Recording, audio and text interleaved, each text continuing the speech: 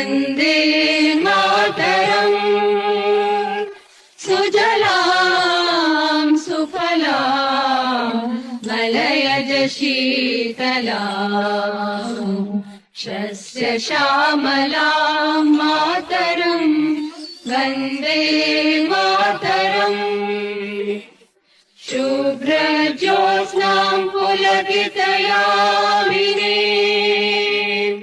तुल्यकुसुमिता द्रुमदलशोभिनीं सुहासिनीं सुमधुरभाषिणीं सुखदां वरदां मातरम् वन्दे मातरम्।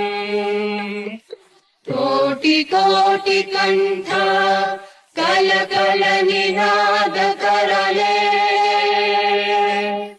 कोटि कोटि भुजै धृत खर खर वाले अबला मारक बोले बहुबल धारिणीं नमामि तारिणीं रिपुदल वारिणीं मातरम् वन्दे मातरम्।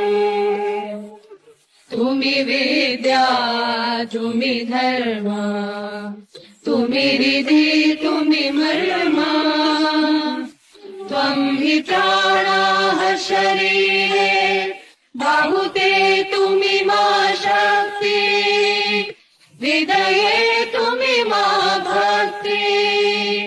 तुम्हारी प्रतिमा गढ़ी मंदिरे मंदिरे वन्दे मातरम्।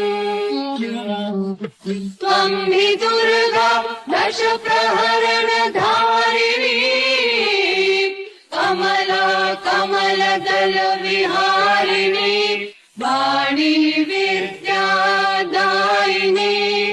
नमामि त्वां नमामि कमलाम् अमलाम् अतुलाम् सुजलां सुफलां मातरम् वन्दे मातरम्।